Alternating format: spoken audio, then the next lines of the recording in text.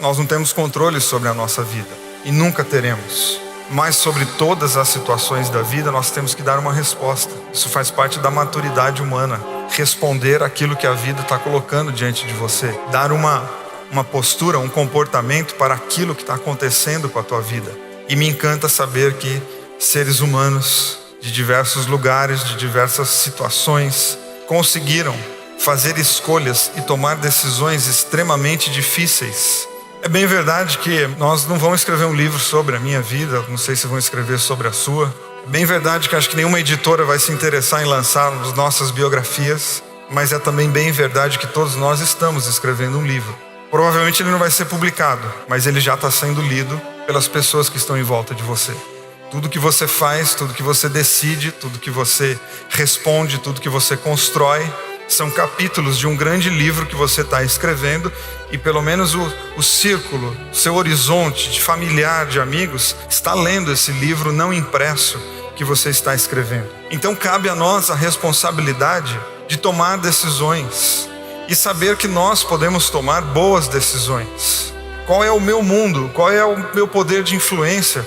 O que a minha vida significa na vida das pessoas? Quando as pessoas olham para a minha vida, o que elas pensam? O que elas sentem? O que eu passo? O que eu exalo? As pessoas olham para mim e têm vontade de deitar e dormir, eu tenho vontade de ir para a luta e falar, a vida pode ser diferente. O que eu passo? E o que eu passo é uma decisão, porque o que sou eu se não o acúmulo das minhas decisões? O que é você se não tudo aquilo que você decidiu nos últimos anos? O que é você se não esses encontros, os desencontros, as decisões, as omissões, aquilo que está fora do controle, o acaso, aquilo que deu errado? Isso somos nós somos aqui hoje. E como que a gente respondeu à vida? Essa é a nossa biografia. As pessoas estão lendo, a próxima geração está lendo. O mundo não é algo que nós herdamos dos nossos pais. A vida, o mundo, não é algo que nós herdamos dos nossos pais. A vida, o mundo, é algo que nós pegamos emprestado dos nossos filhos. Porque uma hora você não vai estar mais aqui e eles vão. Então o que você está fazendo não vai alterar tanto a maneira como teu pai e tua mãe viveram. Não, eles já têm o jeitinho deles. A maneira como você está vivendo vai alterar a vida dos teus filhos, porque você está dando para eles. Então eu preciso tomar muito cuidado com o que eu estou vivendo, porque de alguma maneira eu estou dizendo para eles com as minhas palavras, e muito mais com os meus gestos, como é que se vive. Porque eles estão pegando isso e eles vão viver. Será que eu sou de fato um exemplo para falar, eu já sei como é que faz diante da luta, diante da alegria, diante da doença, eu sei. Por quê? Não, porque eu tive um pai, tive uma mãe, que é brincadeira o jeito que eles viveram. Eu já tenho pistas, eu já tenho um caminho. Isso é um desafio tão lindo que às vezes a gente fica com medo, mas a gente tem que ficar animado com isso. Encher nosso coração de adrenalina. Por quê? Porque o jeito que eu vivo, o jeito que eu acordo, o jeito que eu falo, eu estou ensinando pessoas, eu estou entregando essa biografia na mão das pessoas para que elas peguem essa biografia e vivam. Qual foi a última vez que você arriscou alguma coisa para que a sua vida saísse do lugar onde ela está? Ou arriscar é uma coisa muito boa? Não, arriscar é uma ação. Se ela é muito boa ou não, isso são outros 500. Mas o fato é que nós precisamos na nossa vida arriscar, principalmente se nós estamos insatisfeitos com a maneira como nós estamos vivendo. Você precisa ter coragem de fazer coisas que você ainda não fez na sua vida, porque a vida não será nova para pessoas que não se dispõem a fazer coisas novas. Você está escondido, fingindo que você está fazendo alguma coisa para não ser notado. É essa a vida que você quer? Então Deus chega instigando, chega desafiando, porque Deus gosta de desafiar pessoas. E a maneira como Ele desafia as pessoas, muitas vezes é colocando um espelho para que elas se enxerguem, para que elas se vejam. Porque na correria do nosso dia a dia, é uma coisa aqui, outra coisa ali, e a gente faz coisas, mas a gente deixa de ver quem nós somos. Nós temos uma agenda lotada de coisas para fazer, mas a nossa agenda não contempla aquilo que a gente quer ser. E a gente termina o ano com um monte de coisas que a gente fez, mas a gente termina o ano com a sensação de que a gente não foi, de que a gente não tem um ser do jeito que a gente gostaria que ele fosse. Porque a nossa agenda é tomada de coisas urgentes e a gente não toma cuidado com as coisas importantes. Para aquilo que de fato importa, para aquilo que de fato faz sentido e que muda a vida das pessoas. E Deus não nos julga por aquilo que nós estamos no momento. Deus nos julga por aquilo que nós podemos ser, se a gente resolver arriscar fazer coisas que nós não queremos. Por isso que na vida nós precisamos do risco. E aí vem aquela perguntinha que todo mundo faz, mas eu vou arriscar, será que vai dar certo? E aí eu te digo, está dando certo? Você não está pautando sua vida porque dá certo, você está pautando sua vida porque você está se escondendo. Se esconder dá certo. Ou seja, a questão não é se dá certo ou não, a questão é se vale a pena ou não. A questão é se quem vai ler a minha história ou não vai ter vontade de viver ou se vai ter vontade de se esconder. Apatia é exatamente quando você tem desinteresse, descompromisso e desencanto com a vida. Falando assim é de fato pesado, mas quando a gente leva para o dia a dia, o que é desinteresse, desencanto e descompromisso? É quando a gente olha para algumas coisas da nossa vida e algumas batalhas que a gente precisa entrar para que a vida mude e a gente fala: ah, não, mas isso aí vai dar muito trabalho, ah não, mas eu não tenho condições, ah não, mas uma hora eu faço, não, outro dia a gente vê isso, não, deixa para fevereiro, e a gente vai prorrogando a vida porque nós estamos dizendo o quê? Ou que nós somos desinteressados, ou que nós não temos compromisso, ou que a gente já jogou tudo pro alto. Porque a apatia, ela entra na nossa vida por uma fresta e ela vai tomando conta de tudo. E uma hora ela está determinando a maneira como eu acordo, se é que eu acordo. Ela está determinando a maneira como eu falo, se é que eu falo. Ela está determinando a maneira como eu amo, se é que eu estou interessado em demonstrar que eu amo. A apatia, ela é o contrário da paixão, mas exerce uma função muito parecida. Ela domina e a gente não pensa mais. É a paixão que pensa por nós e a gente vai fazendo um monte de bobagem, porque a paixão deixa a gente tonto. E a apatia também. A gente não faz mais nada porque ela deixa a gente de mãos atadas diante da vida. Se a gente não tomar cuidado, vira o ano, um monte de luzinha brilhando, e a gente não percebe, a gente já entrou em alguns esconderijos, em algumas cavernas, e a gente vai tentando não ser percebido, e a gente vai se escondendo da vida, e a gente vai se escondendo da vida, e a vida vai perdendo perspectiva, e a vida vai perdendo horizonte, e uma hora a gente não sabe nem direito mais o que é que nós estamos vivendo. E aí muita gente aposta as mudanças nas questões circunstanciais ou geográficas. Não, se mudar algumas coisinhas aqui nos outros, a minha vida muda. Esqueça mudar os outros, você precisa mudar você. Não, se eu mudar de cidade, aí tudo muda. Não, se você mudar de cidade, você vai mudar de cidade, ponto final. As bonitas e as mudanças que fazem sentido, elas são comportamentais. Se você está apático, meu amigo, tu pode morar em São Paulo, você pode morar no Rio de Janeiro, você pode morar fora do país. Primeiro mês vai ser uma festa, porque você mudou, que legal, ar novo, vida nova, e de repente a apatia volta e fala: oi, voltei, as férias acabaram. E você está no lugar mais bonito do mundo e a apatia dizendo: então, agora nós vamos ficar junto aqui, vamos criar uma caverna aqui. Porque as nossas mudanças não são as mais importantes, nem geográficas, nem circunstanciais. É dentro da gente. Olha, as coisas não vão mudar assim do jeito que você está achando, mas elas podem mudar através da tua vida. Você só precisa ter coragem de ver se a apatia não tomou conta do teu coração. Eu tenho certeza que você consegue, mas a vida é uma decisão sua. A biografia é sua, é você que está escrevendo. Tanto que os capítulos ruins, tristes, é você que escreveu, porque você decidiu errado. E os capítulos bonitos são teus também.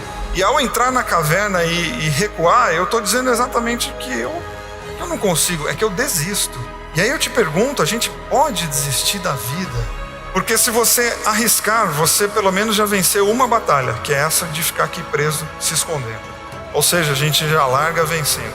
A gente já larga tendo um ânimo, que vencemos a apatia. E eu volto então a perguntar para você, como é que você se vê? Como é que você se define? O que você escreveria sobre você? Quais nomes, quais qualidades, quais defeitos você daria a você? Você não tem qualidade nenhuma? Ou você se acostumou a dizer por aí que você não tem qualidade nenhuma? Você não tem condições de mudar de vida? Ou você tomou como verdade o fato de você não poder mudar de vida? Isso na psicologia chama crenças limitantes. Você acredita em algo que te limita. E se você acredita, aí complicou, porque vai te limitar mesmo. Porque se você começar a acreditar nisso mesmo, você vai ser o seu carcereiro de si mesmo. Vou sair, aí você mesmo diz: não posso. Vou continuar preso aqui nesse buraco, porque eu não tenho condições, porque eu não tenho dinheiro, porque não sou bonito. E aí aquele oceano de tragédias e de percepções horrorosas a respeito de si mesmo. Não, mas eu não acredito em mim mesmo porque eu tive um pai ou uma mãe que não acreditaram em mim, que viveram falando que eu não ia dar nada na vida. Pô, lamento muito se essa é a tua história, porque acredito que ela é muito real. Existem pais que não exercem a função de pais, existem a função de carrasco, dizendo para as pessoas que elas não deveriam ter nascido ou que elas não vão dar nada na vida. Então a vida fez isso com você e agora você precisa dar uma resposta para isso. Agora você tem que emocionalmente olhar para esse pai, para essa mãe, olhar para essa frase, para esse conceito que diz que você não vai dar nada na vida e começar a responder, mas é você que tem que responder. Porque talvez essas pessoas que colocaram em você esse tipo de ideia já até morreram, não tem nem como eles te pedirem perdão. Você tem que perdoar gente morta, não sei nem como é que faz isso, mas tenta. Que é exatamente dentro de você, não. As pessoas não acreditaram em mim, mas eu tenho um Deus que acredita em mim, e se Ele é por mim, quem será contra mim? Existe uma fé. A fé cristã acredita nas pessoas, chama as pessoas a tomarem decisões exatamente porque não acreditamos que a vida está pronta, exatamente porque acreditamos que não tem destino, exatamente porque acreditamos que não tem cartas marcadas. É que não importa como você está vivendo hoje, o dia de amanhã pode ser diferente, porque Deus acredita na nossa capacidade de reverter histórias tristes. Deus acredita em mim, quem sou eu para não acreditar? Deus aposta no ser humano. Então quem sou eu para não fazer o mesmo? Porque inclusive eu estou sendo contrário àquilo que Deus quer para mim. Que eu saia das minhas cavernas e que eu tente algo diferente, que eu arrisque, que eu saia da apatia e que eu tenha uma nova visão de mim mesmo. E um outro perigo que a gente corre na vida, sabe qual é? É de dizer que nós não temos condições, de que a gente é muito frágil, e a gente cai num outro sentimentozinho que é uma lasqueira, que é a vitimização, porque ela traz um ganho. Porque se você fica se vitimizando, há pessoas que ficam do teu lado dizendo: não, chega uma hora que tem que falar: ei, acabou. Porque a vitimização tem um ganho, chama ganho secundário. Eu choro e ganho alguma coisinha, pelo menos atenção. Chega uma hora que cansa viver com gente que se vitimiza. E a pessoa que se vitimiza, ela não se acha ruim, na verdade ela se acha a tal, né? Porque a pessoa fala: ai, comigo é sempre pior. Pô, mas tu é muito boa, hein? Não, o universo está contra. Caramba, o universo nem sabe que eu existo, e com você ele é contra. Ou seja, existe uma soberba atrás da vitimização, que a pessoa que acha que tudo está contra ela, meu querido, tudo é muita coisa e muita gente nem sabe que você existe. Chega de se esconder. Chega de esconder das coisas que você tem que mudar. Chega de se esconder das suas lutas. Chega de esconder desse casamento disfuncional que vocês dois estão e vocês não saem da toca. Não, tem que colocar a cara para fora para se tratar. Será que uma visão muito negativa de você mesmo não está tomando conta da sua vida? Será que você não está fugindo de algumas lutas que são totalmente possíveis a você? Você vai dizer: mas eu não queria ter luta nenhuma. Mas isso aí é uma exclusividade dos mortos. Os vivos sempre terão lutas. E as lutas, quando encaradas, elas forjam o nosso caráter, elas forjam a nossa fé, elas forjam a nossa esperança, elas forjam a nossa maneira de organizar a vida. Ninguém precisa passar a vida se escondendo. Ninguém precisa se enfiar em buracos. Ninguém. Todos nós podemos colocar a cara para fora, olhar para Deus e dizer: Senhor, eu não sei se vai dar certo, eu não sei se eu vou vencer, mas eu quero viver sabendo que não tentar, eu já estou fazendo com que tudo dê errado. E eu quero viver de modo que a minha biografia, que as minhas palavras, que os capítulos do livro vivam de maneira tal que as pessoas olhem para a minha vida, olhem para as minhas boas obras, olhem para os meus passos e glorifiquem o Pai que está nos céus. A nossa vida tem que estar direcionada para alguma coisa, para que a gente não se sinta perdido, desnorteado, sem norte, desorientado, sem oriente. Nós temos que ter um ideal. O que consiste isso? Ter um ideal. É a história do propósito que todo mundo fala hoje em dia. Imagine que você se coloque a sua consciência no último dia da sua vida. Que tipo de ser humano você quer ser aí? O que você quer ter construído em você? Como você quer ser? O resultado do seu trabalho de uma vida inteira é o quê? Você quer ter alguma virtude, algum valor? É importante que você faça essa escolha. Se nós não sabemos o que é o nosso ideal, como vamos trabalhar? Para onde? Em que direção? Somos absolutamente à deriva. Muitas vezes nos sentimos assim, meio soltos na vida, meio à deriva, porque de fato muitas vezes estamos. Então colocar a nossa consciência nesse momento vai nos obrigar a definir um ideal de vida que certamente está no plano sutil de valores, de virtudes, de sabedoria. Porque diante da morte ninguém está pensando no seu saldo no banco ou na quantidade de carros que deixa na garagem. Diante da morte necessariamente pensamos no campo do ser. O que eu fui, o que eu permiti que as pessoas fossem através de mim e o que o mundo se tornou graças a mim. Ou seja, eu fui fator de soma, eu somei, nem que seja um pouquinho. Ou seja, eu passei pelo mundo fazendo diferença. E isso é fundamental. Então a gente coloca como objetivo, digamos, fraternidade e justiça. Esse é o meu objetivo. todos os meus dias vão ser encaminhados nessa direção, sem nenhuma ansiedade. O ideal não é para que você fique ansioso, é simplesmente para que você dê consistência a cada dia. Em cada dia você faz a parte de justiça e fraternidade que te cabe fazer agora. A cada dia você vai caminhando nessa direção, procurando fazer dias completos e não ansiando por nada. O ideal é simplesmente para que você não se perca no meio do caminho. E isso é muito importante, porque tendo esse direcionamento, não somos tão manipuláveis. Tendo esse direcionamento, sabendo onde queremos chegar, podemos ter valores. O que leva nessa direção é bom, o que leva em outras direções é mau, é desonesto, é imperfeito. Podemos saber o que é necessário das coisas que nos são oferecidas, podemos fazer boas escolhas, porque agora a gente tem um espírito de missão. Quando você tem um ideal, você tem um espírito de missão. Eu quero construir a mim mesmo como um ser humano mais pleno. Por que você sabe fazer escolhas? Porque você sabe o que você vai construir. Aquele que não quer construir nada sai consumindo as coisas mais bizarras do mundo, gastando energia inutilmente. Portanto, o ideal, um espírito de missão, te dá direcionamento, te permite caminhar com passos mais certos e fazer com que todos os seus dias estejam alinhados com uma mesma direção, ou seja, que a tua energia esteja sendo somada para um objetivo. Evitar a angústia de sentir-se à deriva, que é exatamente o que acontece quando não temos um ideal. E uma coisa extremamente importante também a acrescentar nisso é termos diariamente um momento de vida interior, onde a gente para e pensa: o meu ideal e o que eu fiz no dia de hoje esteve coerente ou não? Se não esteve coerente, por que foi que eu traí o meu ideal no dia de hoje? O que havia lá que era tão atraente que eu saí da minha trilha e corri atrás daquilo? Eu tenho que marcar bastante para eu ir desenvolvendo resistência a esse fator, para que em outro momento ele não me roube mais do meu caminho. Quando eu estou caminhando para o meu ideal, eu sou eu mesmo, essa é a minha identidade. Quando eu estou caminhando em outra direção, eu estou fora de mim. E o ideal é que nada nos arrastasse para fora de nós mesmos. Então, uma reflexão diária sobre o que andamos fazendo com a nossa vida. Um momento diário de vida interior. Isso é muito importante. Momento de dialogar com a nossa alma e verificar o que andamos fazendo com os nossos dias, para que não os joguemos fora. A nossa não é uma vida tão longa assim para jogarmos dias fora. Cultivar a disciplina, isso é fundamental. Através da disciplina podemos começar a ter vitórias sobre as circunstâncias. A desorganização com certeza nos freia. A falta de método, o caos, vai fazer com que a gente fique freado no meio da nossa desordem, no meio de toda aquela bagunça que você produziu. Você não consegue avançar, não existe uma trilha para que você avance. Ou seja, a desorganização, o caos sempre vai brecando o nosso caminho, roubando oportunidades. Quando nos organizamos, temos uma disciplina necessária para nos organizarmos, vamos começando a avançar. E esse avançar é extremamente necessário. É muito ruim que a gente só veja fracassos quando olha para trás.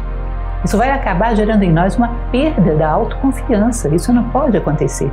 Temos que sentir que alguma coisa foi realizada para que nós nos estimulemos a continuar caminhando. Não podemos ir acumulando sempre fracassos. Isso vai acabar corroendo a fé que temos em nós mesmos. E isso é muito difícil de reconstruir.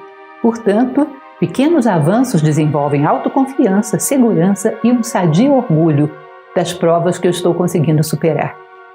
Portanto, é extremamente necessária a disciplina para avançarmos e termos esse estímulo de saber que, ainda que pouco, ainda que devagar, mas eu estou avançando. Corpo e mente juntos. E isso é extremamente necessário. Onde estamos, estar com corpo e mente juntos. As experiências da vida são atraídas pela nossa necessidade de experiência. Portanto, o lugar em que estamos é o lugar ideal para que a gente possa crescer nesse momento. Mas você tem que estar aí inteiro, não viver fugindo da vida através de alienantes, através de fantasias. Estar de corpo inteiro em cada momento da vida e procurar aprender o que esse momento tem a te ensinar. Ou seja, capacidade de concentração no momento presente. Capacidade de concentração e percepção do que a vida te oferece em cada momento. Nós nos desconcentramos, deixamos entrar em um pensamento agressivo, um pensamento que recorda alguma coisa muito ruim lá de trás, um pensamento que recorda um sentimento ruim que temos por alguém, deixamos entrar esse pensamento. E esse pensamento vai impactar o nosso emocional, gerando estados emocionais negativos, que depois dão um trabalho para a gente reverter. Às vezes ficamos o dia inteiro num estado emocional de abatimento, de tristeza ou de cólera, porque não fomos capazes de nos concentrar e evitar que formas mentais indesejadas, totalmente fora de contexto, penetrassem na nossa mente. Cada vez mais, treinando concentração, nos tornamos senhores da nossa mente, porque senão é um caos. Ficamos perdidos no meio desse redemoinho, sem controle nenhum. Não é possível realizar nada no meio de um tufão. É como se você estivesse no olho de um tufão. Há que controlar a mente para que ela se centralize naquilo que é necessário a cada momento. Estar no presente com entusiasmo evita ansiedade. Corpo e mente juntos. Quando você está com corpo e mente juntos, você está inteiramente no presente. E estar no presente vai cortar o fio da ansiedade. Ansiedade é uma ligação doentia com um futuro que se espera alcançar ou que se espera fugir dele, seja lá o que for, e provoca uma ausência total. O homem é desligado do que ele está vivendo agora. Ele vive ausente deste momento, ligado a uma possibilidade, a um medo, a alguma coisa. Quando você procura se concentrar no dia atual, estar de corpo e mente juntos no dia atual, você não anseia por nada. Anseia simplesmente realizar o seu ideal nesse dia, como se esse dia fosse o único, como se fosse o último dia da sua vida, com o frescor do primeiro dia e com o toque definitivo do último. E assim combatemos estados de ansiedade, que são normalmente uma fuga do presente constante. Quando temos uma dor emocional, muitas vezes surge uma dor do nada.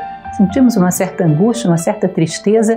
O que imediatamente fazemos? Vamos remexer o nosso plano mental para encontrar uma justificativa para isso. Se não encontramos nada no momento presente, vamos remexer um passado mais distante. Daqui a pouco encontramos uma justificativa. Foi por isso. Foi porque quando eu era criança, meu professor me disse tal coisa, aconteceu tal coisa. E você justifica uma forma emocional que, se você não justificasse, ela passaria. Às vezes captamos formas emocionais que são de outras pessoas. Isso é normal no plano emocional. Às vezes somos contaminados por formas emocionais que estão passando. E se você não dá uma justificativa para ela, ela vai embora do mesmo jeito que veio. Mas você atrela ela a uma justificativa mental, aí ela fica. E é mais um dia preso a formas emocionais pesadas. Se você já fez isso e já atrelou uma explicação para sua tristeza, para sua angústia, seja lá o que for, procure fazer imediatamente o contrário. Para essa justificativa, lembre de 3, 4, 10 acontecimentos que foram o contrário disso. Essa pessoa me ofendeu aquele dia. Lembrar de 10 vezes onde as pessoas me disseram coisas animadoras, belas, fizeram coisas boas por mim, me mostraram o meu valor. Deve estar cheio disso na sua vida. Mude o foco, tire o foco mórbido. Nós temos uma tendência a olhar para o pior.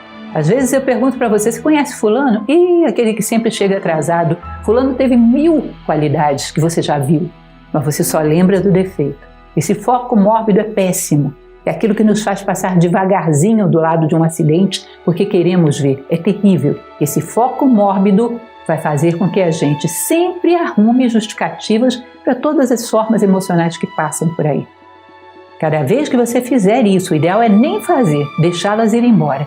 Segurar e impedir que haja formas mentais que justifiquem. Mas se você já fez, procure formas mentais positivas, muitas, quantas você puder. Comece a colecionar formas mentais que sejam o contrário daquilo que você pensou. Tal pessoa me fez uma traição. Quantas pessoas foram leais comigo? Quantas pessoas tiveram atitudes de lealdade? Muitas ao longo da minha vida. Comece a lembrar disso, lembrar, alimentar essa lembrança. Lembrar que o nosso tempo é limitado para ser desperdiçado. Se nós vivêssemos, 1000 anos, a gente poderia dizer, um dia é pouco. É besteira passar um dia pensando nas dores do passado. Não faz diferença nenhuma. É besteira passar um dia com pensamentos circulares negativos. Não faz diferença nenhuma, é só um dia. Eu vivo 1000 anos. Mas não é 1000 anos que a gente vive. Nós vivemos o quê? 80 anos, 90? Um dia bastante. Não é pouca coisa. E ainda mais quando você dedica um dia a coisas negativas, a lembranças do passado, que são amargurantes, que são negativas, a formas mentais negativas, esse dia tem uma tendência a contaminar o próximo. Pode ser que essa forma te leve mais de um dia da tua vida. Às vezes leva uma semana, você preso àquilo que não foi capaz de combater e cortar. Então, cuidado, valorizar os nossos dias. Eles são uma unidade muito significativa de uma vida que não é tão longa assim. Isso é um fato. Aqueles que já estão bem vividos, como é o meu caso, quando olham para trás, são capazes de depor sobre a rapidez com que a vida passa. É algo incrível, muito mais do que se pode imaginar quando estamos começando. Lembrar sempre daquilo e daqueles que se ama. Você pega essa base, eu amo essas pessoas, e com esse sentimento, gravando esse sentimento fixo no teu plano emocional, você tentar ir distribuindo esse sentimento por onde você passa, criando laços afetivos por onde você passa. E os lugares por onde você passa e as pessoas que estão com você, criar muitos laços afetivos. Procurar amar a tal ponto que o nosso coração fique sempre cada vez mais preenchido, porque isso é um dos grandes sentidos da vida. Criar laços afetivos que permitam que através dessas vias criadas o nosso coração se expanda, se dê, se entregue. E isso é fundamental. Isso gera para a nossa vida um ambiente perfeito para que a consciência se expanda, se eleve, para que a gente se realize. O ambiente mais adequado de todos, um ambiente de amorosidade. Você deve perder o seu coração todos os dias e depois partir em busca dele.